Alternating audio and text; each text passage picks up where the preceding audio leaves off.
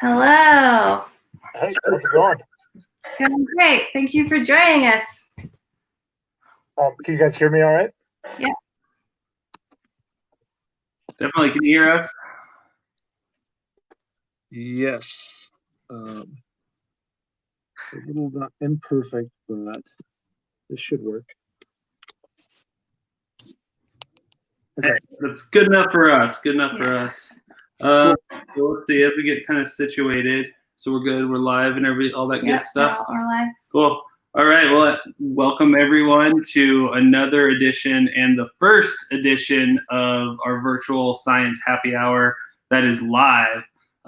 So we are going to be doing this for the foreseeable future during quarantine time, when we're all social distancing. We'll do it every week, 7 p.m. with a different scientist on Tuesdays. After that, we'll kind of see how it goes, but we'll definitely keep it going, except we'll start going in person.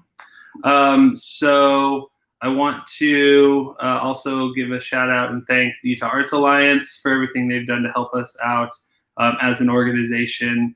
And I definitely want to give a thank you to our guest tonight, Dr. Amir Allam. He is a research seismologist, a research assistant professor.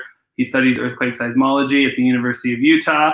He's also teaches jiu-jitsu and is a former MMA fighter. Looks like your nickname's the dump truck. I feel like you should be more on the nose and make it earthquake or something like that. Yeah, that's a little too obvious.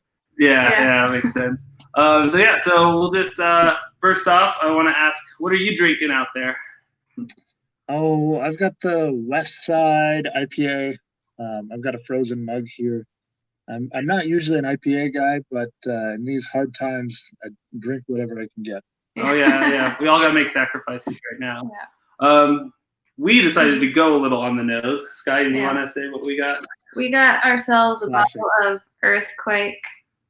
What's this? The Cabernet Sauvignon. It's a Cabernet. Yeah. It was the last one in the liquor store.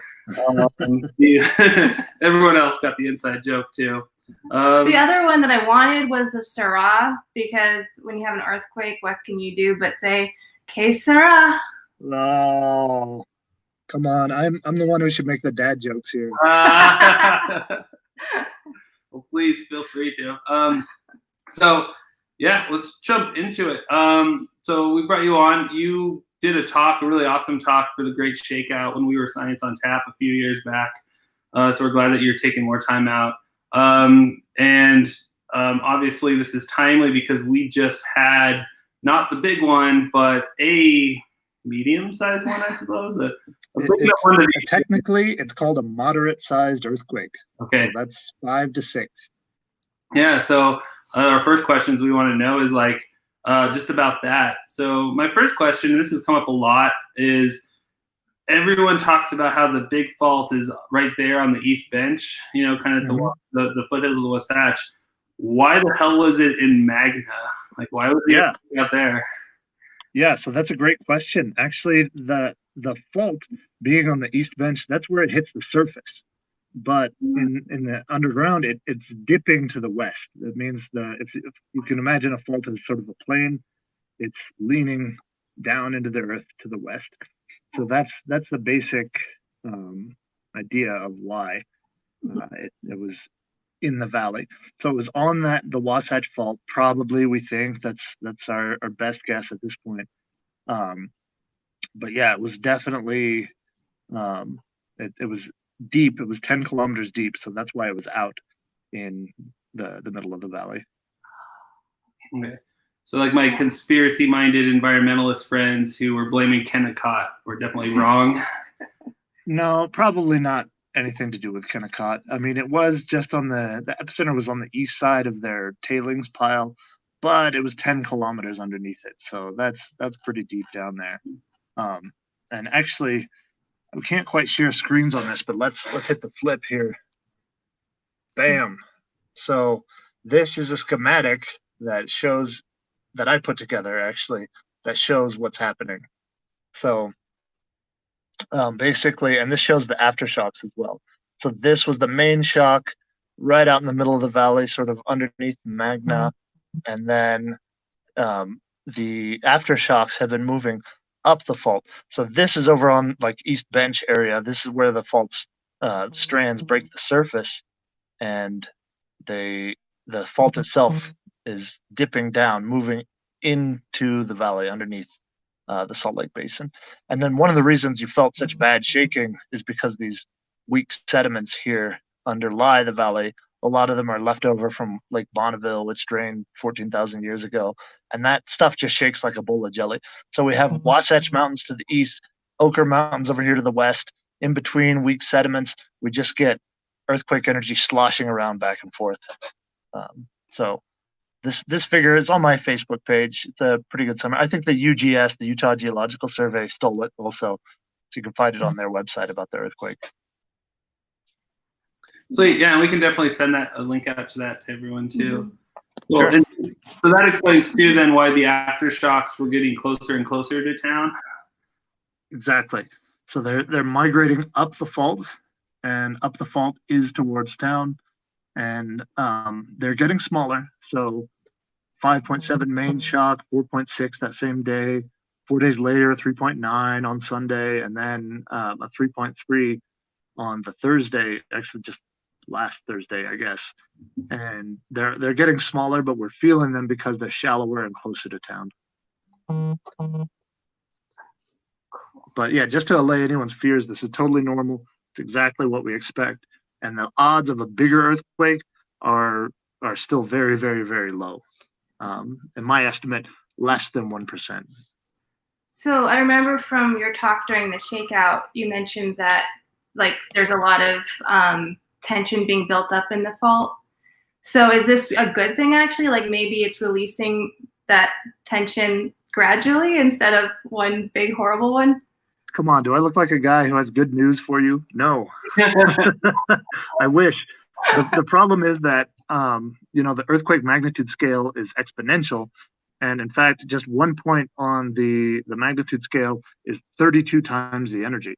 So to relieve the stress of magnitude 7, we would need 32 magnitude 6s, and a 5.5, is still another 100 or so to equal 1 magnitude 7. So if you want 100 of these throughout the year, that would add up to a 7 eventually.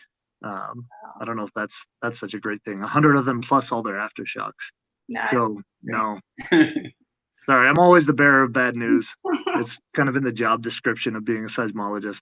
Mm-hmm. So then another thing that was going around, there was a bunch of fake news right after the earthquake saying that. Oh my God, that pissed me off so fucking much. I was really furious.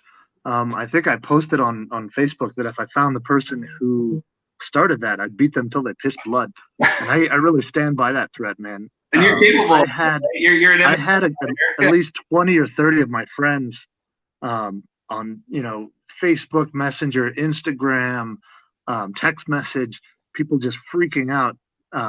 And this message, so sorry, I kind of talked over you. The message said that the U of Utah Seismology Group has forecast a 9.0 in the next 30 minutes. And that's absolute bullshit.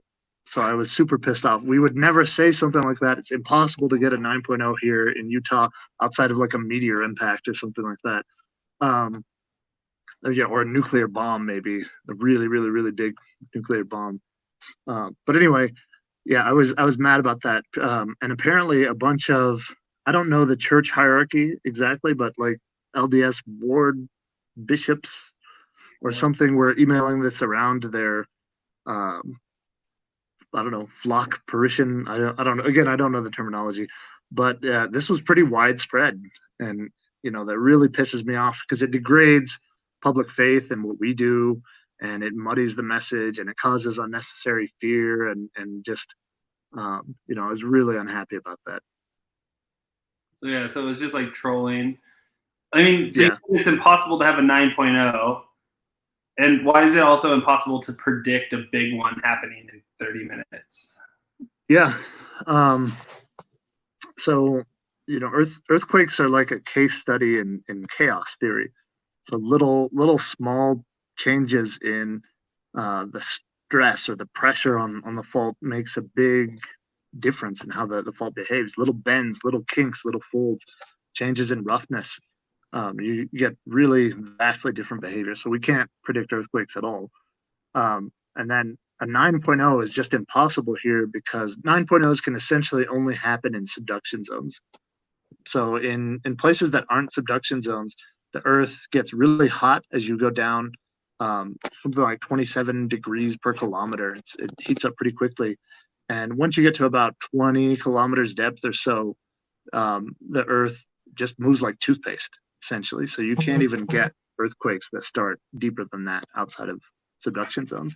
And the only reason they can get bigger in subduction zones is because there's cold material moving down. So you can get up to 600 kilometers deep earthquakes. Cool. So some breaking news, like what, an hour ago, there was a 6.5 in Idaho. What can you tell us about that? Yeah, okay, so 6.5, Idaho is a little weird. This was just on the other side of the track of the hotspot. So the Yellowstone hotspot for millions of years has been moving across the western U.S. and it's blasted every million years or so. It erupts in a huge mega volcano, and it's blasted a big path across the western U.S. So this track of the hotspot has interrupted the regular basin and range tectonics, which is what we have, where we have mountain ranges and valleys from here all the way out to the Sierra Nevada.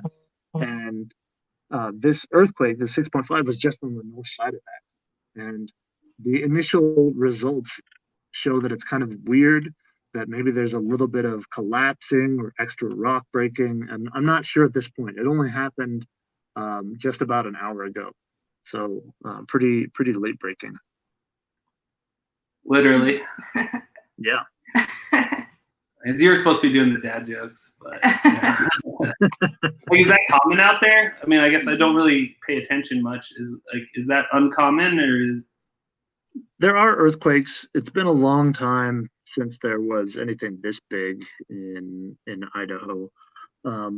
Just coming to mind, the Borah Peak earthquake that was in the 80s. I think that was a 6 point something. But 6.5 is significant. I haven't yet heard, and it was 50 kilometers northeast of Boise, so pretty close. That said, they're not as unfavorably built structurally the way we are, the way we have a whole big city built on top of an active fault that's bound between two mountain ranges. You know, they don't have that situation there.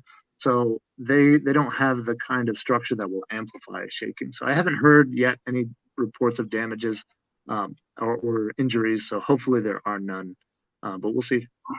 Cool. So I know you have a project going where you're having people you're burying seismometers in people's yards. Yep. Yeah. So yeah, tell us about that. What's going on with that? I know we have one in our front yard now. So. Yeah, thanks for that, by the way. I appreciate that. I sent my wife. Oh yeah, you met Kathleen. So Kathleen came and put it out. This is crazy, man. All of these earthquakes happening during a pandemic. In some ways, you know, it's extra shit to deal with. In other ways, it makes it easier because everyone's at home. So we can just roll up to everyone's house and say, okay, here's a seismometer piece. You know, staying 10 feet away or whatever. But the goal of this project, we put seismometers all out over the valley, all over where people live in Salt Lake Valley. And we want to do three things. One, we want really high resolution aftershocks. So we're using these stations to fill in gaps of our regular network. And again, I've got Google Earth up. I can actually flip the screen here and show you guys. Let me just pull it up. Where's... Okay. So flipping. Okay. So this is a map of the Salt Lake Valley. I just turned on labels. So there's SLC, West Valley, Magna is over here. The purple are all the University of Utah seismographs stations that we have out just all the time. They just live here year round. But you can see this is the earthquake, the 5.7 here, and there's a big gap. There's like no stations at all over on this side, especially. So let's see what me and my teams did. Boom. We did all of that, those teal ones in the 5 days after the earthquake. So a big target was to fill in this area to the northwest of the earthquake.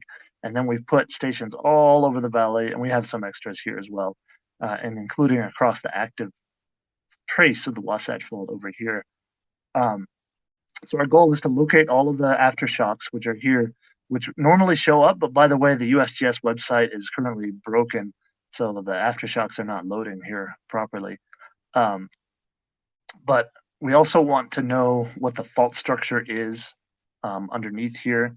So let me see, back to, no. So if you remember my schematic, the faults are going underneath here. A lot of that is speculative, and we want to figure out exactly what's happening underneath here. And then third, we want to see if there's any extra rock breaking up here. So that's kind of the goal. And we want to see what the structure of the valley is. I've mentioned how the valley channels energy back and forth. We want to see if there's any specific structures that create more shaking or less shaking in certain places. One of the things that was surprising is up here around like Fort Douglas and the U of Utah campus, we had significant damage, even though we were pretty far away from the earthquake compared to other places. So those are the goals of what we're doing. And yeah, thanks. Shout out to all of the volunteers who have adopted one of my cute little baby seismometers for the month or so this will take. Cool. So how sensitive are those sensors? Like, can you tell when people are doing naughty things and throwing ragers? Well, it depends how naughty. I mean, I don't know. If you guys are just soaking or whatever, no. I'm not going to pick that up. If you guys are banging each other's heads against the wall, then yeah. I have done tests, and when the sensors aren't buried, I can hear what people say within about 15 feet. Oh. And only men, though, or people with deep voices.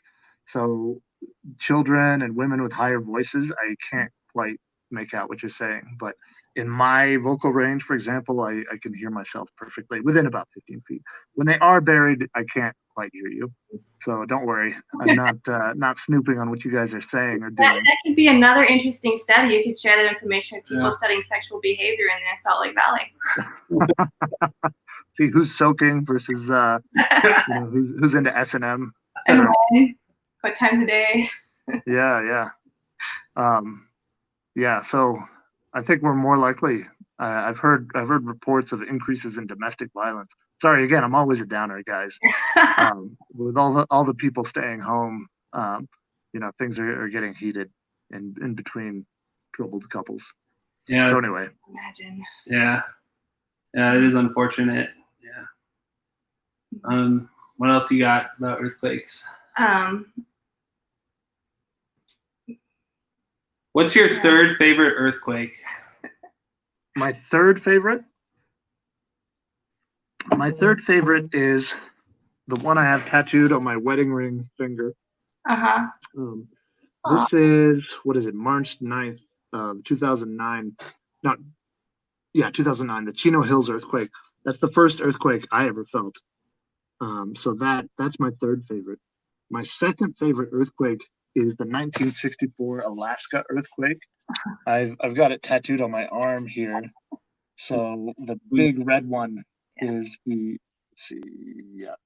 big red one is the 1964 earthquake in Alaska, the third biggest earthquake ever recorded. I lived in Alaska for a while. Oh, there's my dog, and really left an impression. There was a tsunami that ran up one mountainside 500 meters in that earthquake, so that's pretty cool. And then my first favorite, my main favorite earthquake has got to be this 4.6 aftershock. So right here last week. So I responded immediately. This 5.7 shook me out of bed, and that was like the bat signal. I had to run out and get to work. And I grabbed a bunch of my instruments and I ran over to where the earthquake happened, and I started deploying instruments in the ground. And I was standing in the middle of a field and I just stuck an instrument in the ground when the 4.6 aftershock hit. And looking at it later, the epicenter was 500 meters away from me. So I was right on top of a 4.6. Sounded like a shotgun booming through the hills. It was incredible. That's like every seismologist's dream, is to be in a safe place near an earthquake and feel it. So that's my top three right there. Oh, that's Cool. awesome. Did you study the earthquakes that were happening in Ridgecrest last year in California? Yeah. That's So where my parents live. So they were that's affected by that. so Ridgecrest. Let's see, you had a 6.7 and then a 7.1 just the next day, July 4th and July 5th. That was a crazy sequence. That's one of my least favorite earthquakes because it happened in July in the fucking Mojave Desert. So I was out there digging holes in the desert, and I'm not shitting you, 120-degree heat. You know, that's heat that distorts reality and makes you feel like you're in some nightmare dreamscape. So fuck that earthquake. Yeah. That shit could have happened in December. The Mojave's beautiful in December. Yeah. You know? The funniest part about that was like when I saw like the news footage from Ridgecrest. I was like, no, that's just what it looks like. That's not the earthquake. That's just normal Ridgecrest. Yeah. So yeah, that was not fun getting to spend a week in July and then a week in August to deal with that earthquake. So yeah, that one's not my favorite. Cool. Oh, we have a question out in the peanut gallery. Jamie wants to know if you live in a brick house. Yeah, if you live in a brick house, you shouldn't throw earthquakes. So I live in a half brick, half wood frame house. It's kind of a mongrel built in 1906. My wife's outside. I've never really liked this house. I didn't want to buy it. My wife bought it. It's close to the U. I like that, but I sleep in the wood frame part. So who knows? But yeah, I have a half brick house, which pisses me off. I guess that's another. I mean, that leads into the question of like, what should people do to prepare? Yeah, so if you do live in a brick house and you felt really strong shaking, call a structural engineer, have them come examine your foundations. If you have a basement, get down there, look for cracks, look for broken concrete, etc. The main thing is when the shaking happens, cover your head. Stuff falling on your head is usually what hurts people in earthquakes. And then preparing for it, have water and food on hand. I mean, and we're seeing now, it's not a bad idea. All sorts of shit can happen that makes you want to have a good supply of water and food on hand. How much? So that's the main thing. Say what? How much toilet paper should I have for an earthquake? You should probably just eat more fiber, have less toilet paper. Cheers to that. Well, that actually brings up another question. So when it hit, I got jumped out of bed and I stood in a doorway because that's what I thought I was supposed to do, but it turns out I was wrong. So like, where did I go wrong? So what you want to do, what we tell everyone is drop, cover, hold on. I don't know where the doorway thing came from. The doorway is not a more stable part of the house. There was, let's see, I think it was the Landers earthquake, 7.3 in Eastern California.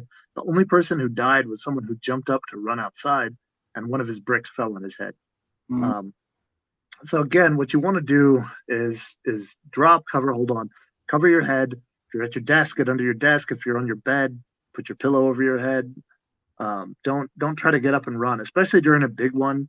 You are not going to be able to move very well at all, and you're certainly not faster than seismic waves. So you're not going to make it outside in time for it to matter. So, yep. Sweet. Such fun. I'm trying not to end on such a dangerous or a damning note. Got any good earthquake jokes? Here, I'll tell you what. I love what I do. It's great fun.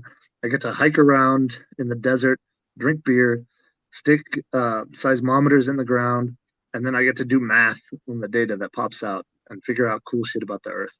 So, like I showed you that schematic, I was the one who put that together. It was not some other person, some other guy, some other random scientist.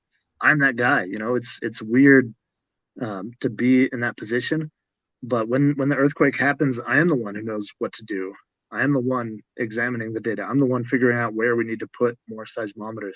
And when we get the data back, I'm going to tell us, and I mean us by humanity, by the city of Salt Lake, the state of Utah, I'm going to tell us new information about the world where we live.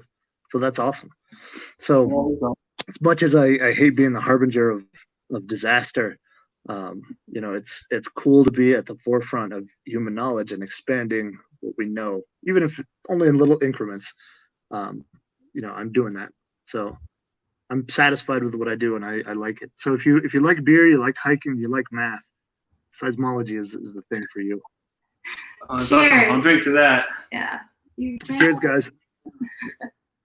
So yeah, well, thanks for having me on. Yeah, thank you. Thanks. If you have any follow-up questions or anything, let me know. Yeah, I was going to ask, like, how can people, and we can put this, we can post this on the event and in the comments and everything. How can people reach out to you or follow you on social media and what have you? Yeah, so I'm at Jiu-Jitsu Seismologist on Instagram, and Amir Allam on Facebook. I should mention, if you want a seismometer in your yard, we're out of them currently. We'll have more back. I don't know. It's looking like we'll probably wait till the end of this pandemic. But if you want to help us understand the valley structure over the next year or 2 years, we're going to be doing massive deployments of seismometers all over the place. So if you want to reach out to me, volunteer your yard, or if you're just curious about the valley structure and earthquakes in general, you can always hit me up. My email is amir.allam@utah.edu, and I try to respond to everybody. So is that jiu-jitsu seismometer or seismologist? Seismologist. Seismologist. Okay. I'm going to put that in the notes. Yep.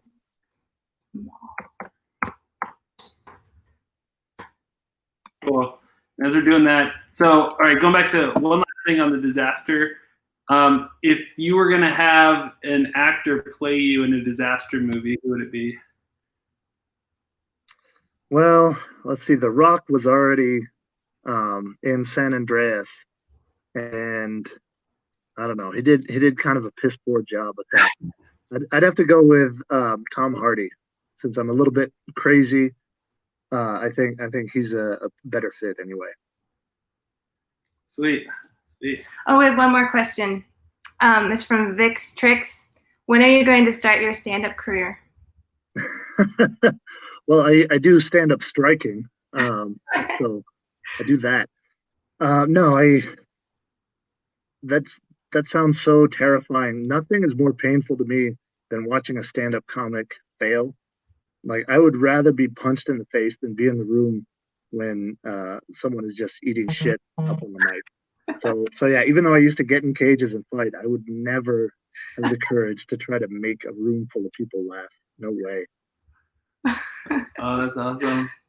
Well, yeah, thank you. And like, we love talking to you because you do such you do such cool research, and you're a cool, funny dude, and you just show like how awesome science really is. It's not the some dork working in a lab, right? In a lab coat. Yeah, I mean, there's plenty of and I'm definitely that kind of dork for sure. But yeah, I want to break down the stereotypes of scientists. I've got like visible tattoos all over me and stuff. I love to drink beer. I fight. I do martial arts. I've done sports for my whole life. So yeah, we're not all just nerds in a lab coat. So yeah, definitely try to fight those stereotypes when I can. Cool. And can I ask you to commit your wife to doing next week, since she's I asked her. I think she's down. So right. Well, yeah. daycares are out, so things are a bit of a pain in the ass in that respect at the moment. Yeah. You might get an interview with her and a toddler. We'll see how it goes. That works too. We're all right with that, as long as you don't mind having a kid in front of people drinking. No, she's pretty used to that at this point. Well, thanks again, and I think you should do a final cheers. All right, guys. Cheers. One love.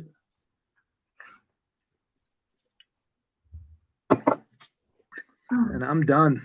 Thank you. Peace out. Peace.